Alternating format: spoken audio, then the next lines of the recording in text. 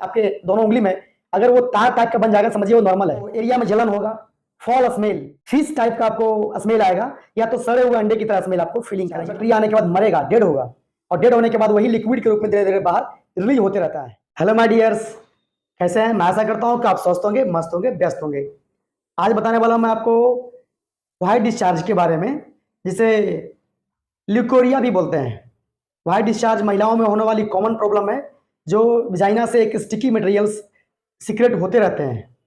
तो इस वीडियो में लगातार बने रहिए, बताऊंगा मैं आपको कि इसके कारण क्या है, क्या क्या लक्षण होंगे, और क्या क्या इसके टेस्ट करेंगे, और क्या क्या इसमें इसका इलाज होगा, ट्रीटमेंट कैसे करेंगे हम लोग, घरेलू उपाय बताएंगे, इसके बचाव क्या है। व्हाइट डिस्चार्ज लिकोरिया एक तरह का महिलाओं का कॉमन प्रॉब्लम है, जिसमें विजाइनल कैनाल से एक लिक्विड निकलते रहता है, स्टिकी मटेरियल, चिपचिपा द्रव्य निकलते रहता है। हालांकि ये चिपचिपा द्रव्य निकलना कोई बड़ी बात नहीं है, कॉमन है।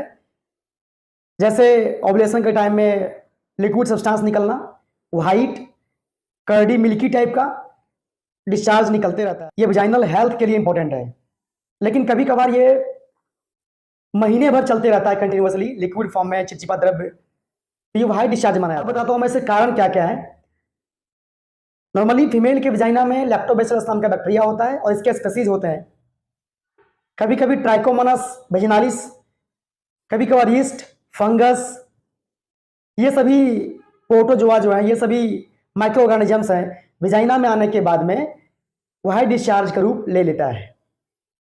क्योंकि जब आप स्ट्रेस लेते हैं, तनाव लेते हैं, या फिर आप हैवी वर्क करते हैं, या फिर सेक्सुअल ट्रांसमिटेड डिजीज एसटीडी है, या तो आप हाइजीन को मेंटेन नहीं कर रहे हैं, प्रॉपर तरीके से आप पेरिनियल एरिया को वॉश नहीं कर रहे हैं, तो क्या होगा, बैक्टीरिया आपके विजाइना कैनाल में आ जाएंगे, और वहां पर बैक्टीरिया आने के बाद मरेगा, डेड होगा, और डेड होने के बाद वही लिक्विड के रूप में धीरे धीरे बाहर रिलीज होते रहता है।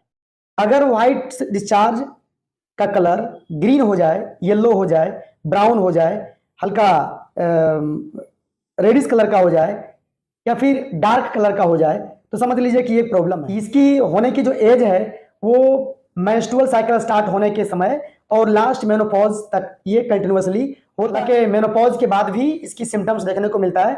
अगर वो विजाइनल एरिया को प्रॉपर तरीके से क्लीन नहीं करते हैं तो हो सकता है। इसके होने के बाद क्या क्या होता है, तो एरिया में जलन होगा, फॉल स्मेल, फिश टाइप का आपको स्मेल आएगा, या तो सड़े हुए अंडे की तरह स्मेल आपको फीलिंग करेंगे, महसूस कर पाएंगे आप।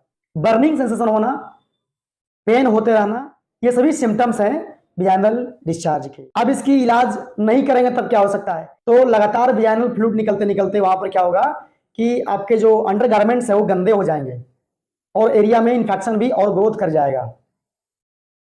उसके बाद फिर आपको पीआईडी हो सकता है, पेल्विक इंफ्लेमेटरी डिजीज, कंसीव करने में दिक्कत होगी, इन्फेक्शन लगातार ग्रोथ करते चले जाएंगे, तो इसकी इलाज करवानी चाहिए। अगर इसी कभी भी आपको सिम्टम्स दिखाई पड़े कि व्हाइट डिस्चार्ज में कलर चेंज हो रहा है, तो तुरंत गायनेकोलॉजिस्ट से मिलें और मिलकर के इसकी समस्या का समाधान करें। अब इसमें क्या क्या हम डायग्नोसिस करें, क्या क्या इसकी मैनेजमेंट करेंगे। पहले फिजिकल हिस्ट्री लेंगे, उसके बाद फिर हम लोग टेस्ट की तरफ जाएंगे। टेस्ट में एक विजाइनल स्पेकुलम होता है, इस स्पेकुलम के सहारे हम लोग विजाइना में इंसर्ट करेंगे, और वहां पर हम लोग इंसर्ट करने के बाद यूट्रस की ओपनिंग को देखते हैं, और फिर विजाइनल वॉल को देखते हैं। जैसे अंदर के एरिया को देखेंगे हम, तो वहां पर कुछ लिक्विड टाइप का मिलेगा, तो वहां से स्वाब को हम कलेक्ट कर लेंगे। और नॉर्मली आप भी जांच कर सकते हैं घर पर बैठ करके। नॉर्मली आप 2 उंगली को इंसर्ट करेंगे विजाइना में, और जो भी आपको जब बाहर निकालेंगे उंगली को, तो आपके स्किन, आपके दोनों उंगली में अगर वो तार टाइप का बन जाएगा, समझिए वो नॉर्मल है। लेकिन अगर जैसे आप ऐसे कर रहे हैं, तो अगर वो टूट जा रहा है, या फिर उसकी कलर बिल्कुल मिल्की कर्ड टाइप का, मतलब दही टाइप का लग रहा है, जमा जमा टाइप का, फटा हुआ दूध की तरह, तो समझिए कि उसमें प्रॉब्लम है। उसके बाद फिर पैप स्मीयर करना होगा। पैप स्मीयर में क्या होता है कि स्वाब ली जाती है, स्वाब से टेस्ट की जाएगी, और उसको माइक्रोस्कोप पर देख करके हम लोग इसका इलाज कर सकते हैं। स्वाब कल्चर, जैसे जो फ्लूइड निकल रहा है उसको हम लोग कल्चर करेंगे, और बैक्टीरिया को ग्रोथ हो रहा है उसको हम लोग देख सकेंगे क्या क्या इसमें है, उसके अकॉर्डिंग फिर दवा चलेगी, फिर ठीक हो जाएगा। इसके अलावा HIV, HB, SAG के भी टेस्ट करें, हो सकता है कि STD हो, इसके वजह से भी आप में प्रॉब्लम आई हो।